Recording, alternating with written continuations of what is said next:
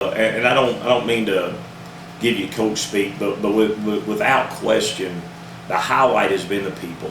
I have coached some great young men. I've had some wonderful assistant coaches. There've been a lot of really good people around our program, and the people are the highlight. Now, as far as the big moments, trying to think about some of the early ones.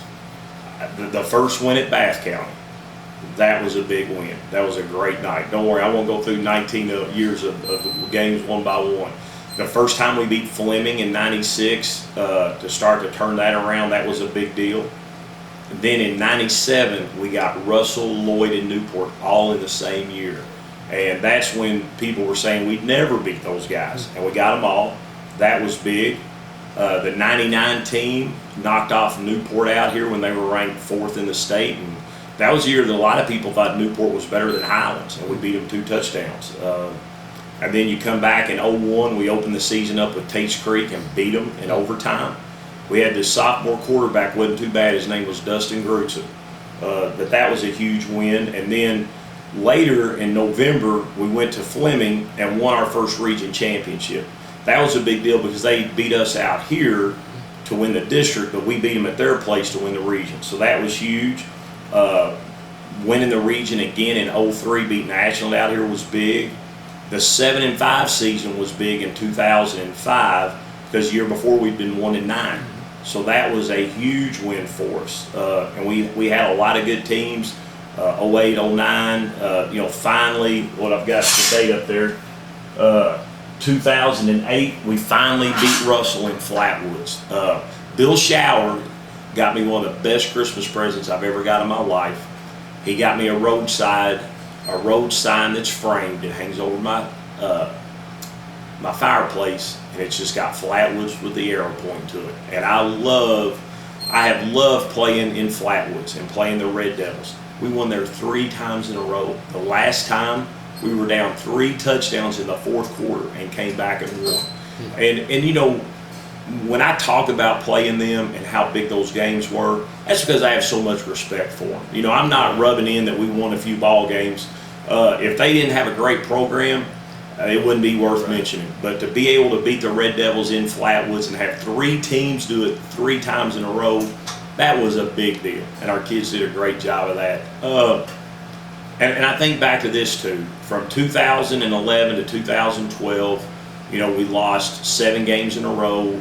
I mean, things got really, really bad, and then we bounced back from that, and I think we won 20-plus regular season games in a row, got to the quarterfinals twice, and I've always been, I'm very, very proud of just the complete change of things were as bad as they could get, and then we just had one of the best runs that this school's ever had, and just very, very proud of the kids that I've coached, and I've loved coaching. I feel like I don't think anyone's coached better people than I've coached. I think they're absolutely wonderful, and I get asked all the time, from people in other areas, and the big one they always want to ask you is Chris. So what's it like to coach Chris Lofton? Yeah.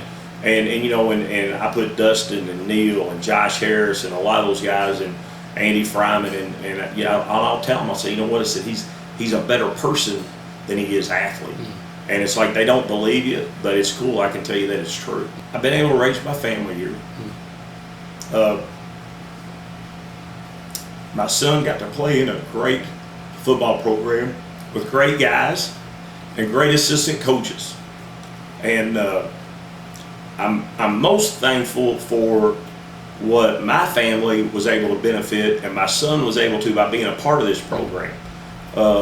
That means a lot to me. I think the other thing too that I'm pleased with is that, if you look back over time, and Mason County football is, had some stretches that were very, very difficult. I'm very thankful that over a 19-year period, we were able to have a lot of success pretty consistently. Sometimes it was very high, and there were some tough years too. But we were only under 500 3 times in 19 years. I mean, that's a great job these kids and these coaches have done. I'm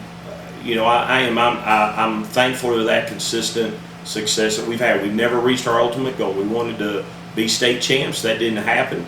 But in no way am I disappointed in any kid or coach.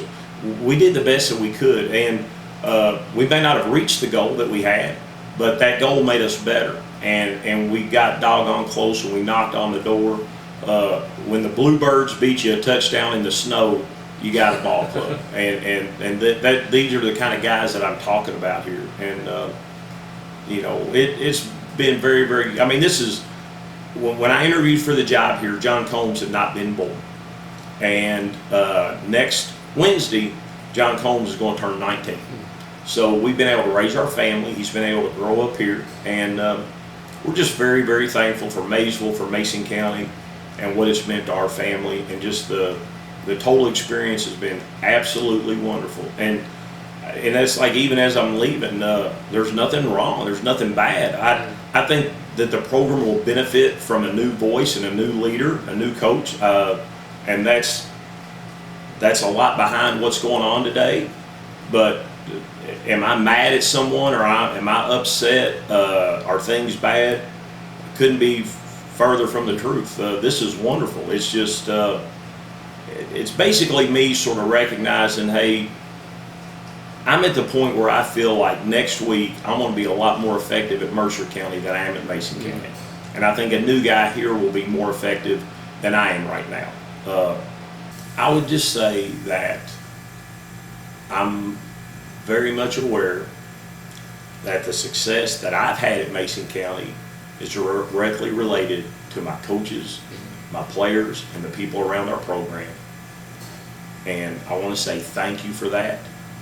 I want this football program to only get bigger and better and stronger, because it is about the kids. That's very, very important.